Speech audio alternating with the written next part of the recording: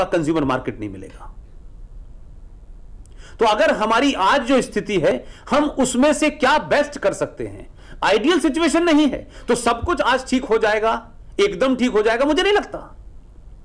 लेकिन समाज ने ठीक करने की अगर ठान ली है तो सत्ता पे वही बैठेगा जो ठीक करेगा। लिहाजा जो बात हमारे देश में लोग कहने से कतराते हैं, अपोलोजिस्टिक होते हैं, उसने कहा मैं भी नहीं कहूंगा, और उनसे कहलवा दिया कि दुनिया में इस्लामिक आतंकवाद से हम मिलकर लड़ेंगे। कहा उसने, दर्द कहीं और होने लगा। उनका मिलकर लड़ेंगे, अब तक तो अकेले ही बहुत भारी पड़ रहा था ये और आ गया। तो आप अगर राष्ट्र के प्रति निर्ममता से परिवर्तन की तरफ बढ़ते हैं, परिवर्तन कभी ठोड़ियों में हाथ डाल के नहीं होता भाई।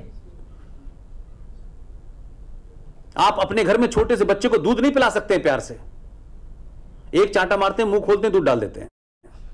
तो जब परिवर्तन निर्ममता से होने लगते हैं तो उसका रिजल्ट आता है। तो धारा 370 भी हटी और फैसला भी आ गया, और अभी बहुत सारे फैसले आने हैं।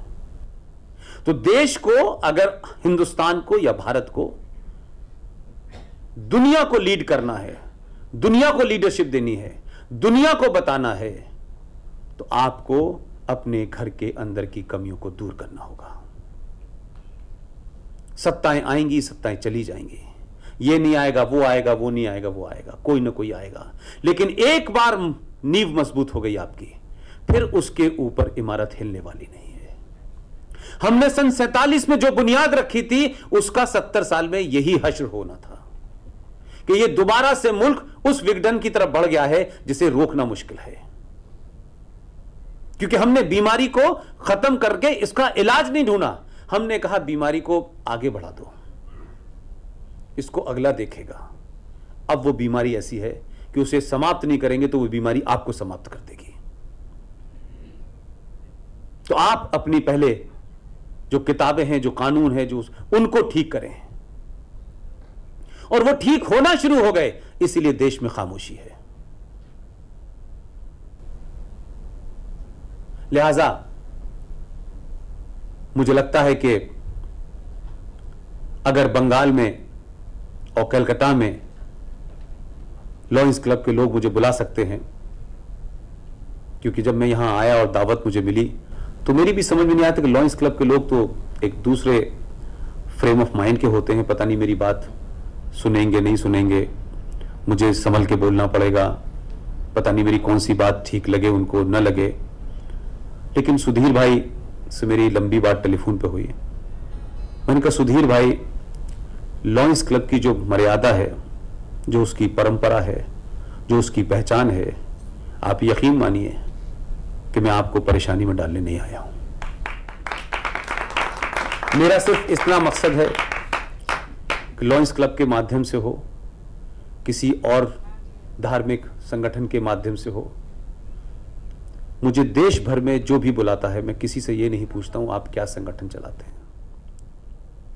मैं सिर्फ देश में ये ढूंढता हूं कि मैं अपनी बात कितने लोगों तक पहुंचा पाता हूं। अगर 10 भी लोग होते हैं तो उसी शिद्दत के साथ कहता हूं जितनी शिद्दत के साथ 1 लाख लोग होते हैं। मेरी बात समझ में जिनके आ रही है या जो समझ रहे हैं उसको क्रॉस चेक कर रहे हैं। किताबों का रेफरेंस भी वो दे रहा हूं जो दूसरे लोगों ने लिखी है, हमने नहीं लिखी। और उससे हो यह रहा है कि लोग मेरी बात को काउंटर चेक करते हैं, और चेक करके अगर उनको मेरी बात के आसपास लगता है तो वो फिर कहते हैं कि आप लॉयंस क्लब में भी आ जाइए। लिहाजा आरोप बहुत लगते हैं। जब भी कोई आप कैसा काम करने चलेंगे, जब लीग से हट के बात आप करेंगे, जब कोई सेकंड नैरेटिव आप देंगे इस समाज में, तो आपके विरोध में लोग आप पे निजी हमला भी करेंगे। इस 3 साल की यात्रा में शुरू में मुझे लोगों ने कहा मैं आईएसआई का एजेंट हूं। तो मैंने कहा चलिए, आईएसआई कोई छोटी मोटी ऑर्गेनाइजेशन तो है नहीं। फिर जब मैंने दूसरी लाइन लेना शुरू की तो लोगों ने कहा ये आरएसएस का एजेंट है। मैंने कहा पहले तय कर लो हूं किसका एजेंट। फिर मुझे लगने लगा, मैंने सार्वजनिक मंचों से बोलना शुरू किया इसको, आप सब जानते हैं कि मेरा किसी संगठन से संबंध इसलिए नहीं हो सकता कि मैं पैदा ऐसी जगह हुआ कि वहां कोई ऐसा संगठन था ही नहीं, और फिर मैं पत्रकारिता में चला गया।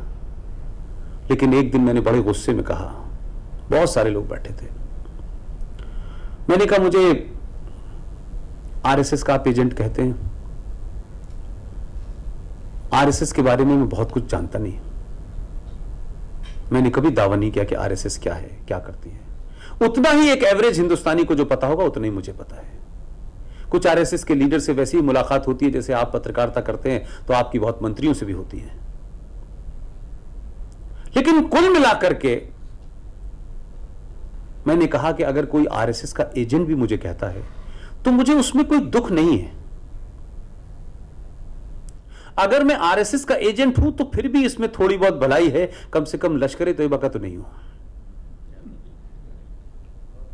तो जो लोग लश्कर तैयबा और जैश ए मोहम्मद के एजेंट हैं वो मुझसे कहते हैं आप आरएसएस के एजेंट हैं। मैंने कहा इसमें फिर भी आसानी है, फिर भी थोड़ी बहुत गर्व की बात है, लेकिन जैश ए मोहम्मद में कौन सी गर्व की बात है ये बता दो पहले। तो आप कुछ कुछ चीजों का काउंटर करें।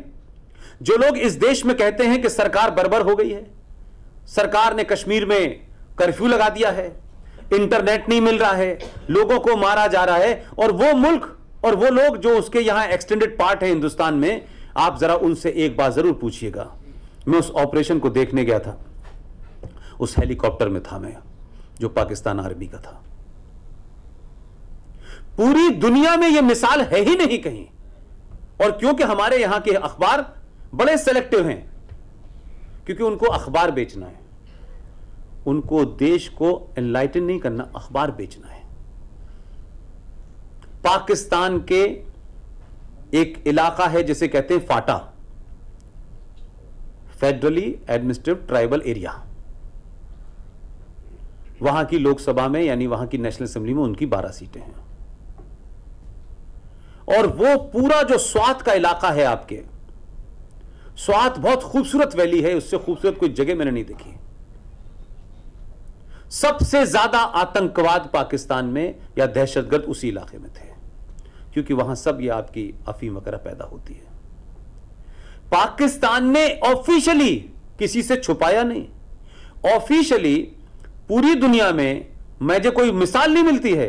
वो मुल्क जब पाकिस्तान पे आरोप लगाता है, कश्मीर पे आरोप लगाता है और यूएनओ में जाके कहता है कि कश्मीर में इंसानी बुनियादी हुकूकों की खिलाफ वर्जी हो रही है, यानी आपके बेसिक मानव अधिकार का हनन किया जा रहा है कश्मीर में, जब वो यूएनओ में जाके कहता है तो हमारे यहां लोग कम पढ़ते हैं। फाटा में और स्वात वैली में एक ऑपरेशन चला, आर्मी का ऑपरेशन था जिसमें फाइटर प्लेन इस्तेमाल किए गए। उस ऑपरेशन का नाम पता है आपको?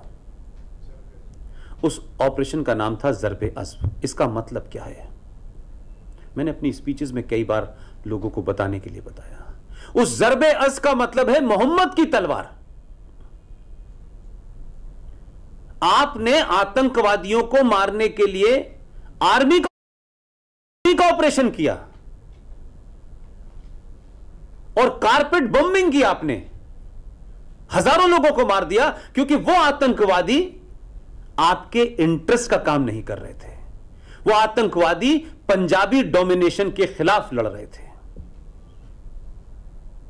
और आपने उस ऑपरेशन का नाम भी मोहम्मद साहब के नाम से रखा ताकि मरने वाले को यह लगे कि उनकी तलवार से मर रहा हूं मैं। वो भारत में मानव अधिकारों के हनन की बात यूएनओ लेके जाते हैं। तो हमें सच तो पता हो कि पाकिस्तान में हो क्या रहा है।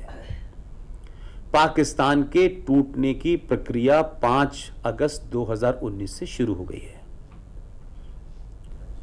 क्योंकि जो पाकिस्तान, पूरे पाकिस्तान में जो अखबार है, खासतौर से जो उनका वर्नाकुलर प्रेस है, जो उर्दू प्रेस है, वो जिस तरीके की खबरें लिखती है उससे ऐसा लगता है कि हिंदुस्तान में हर चौराहे पे मुसलमानों की गर्दन काटी जा रही है, उनको नमाज पढ़ने से रोका जा रहा है, उनको दीनी तालीम से रोका जा रहा है। ये उनको नहीं पता कि वो हमें रोक रहे हैं पूजा करने से, ये उन्हें नहीं पता। इस खबरों के चलते पाकिस्तान में उस कश्मीर को इसलिए बेचा जाता है कि उस कश्मीर की वजह से आर्मी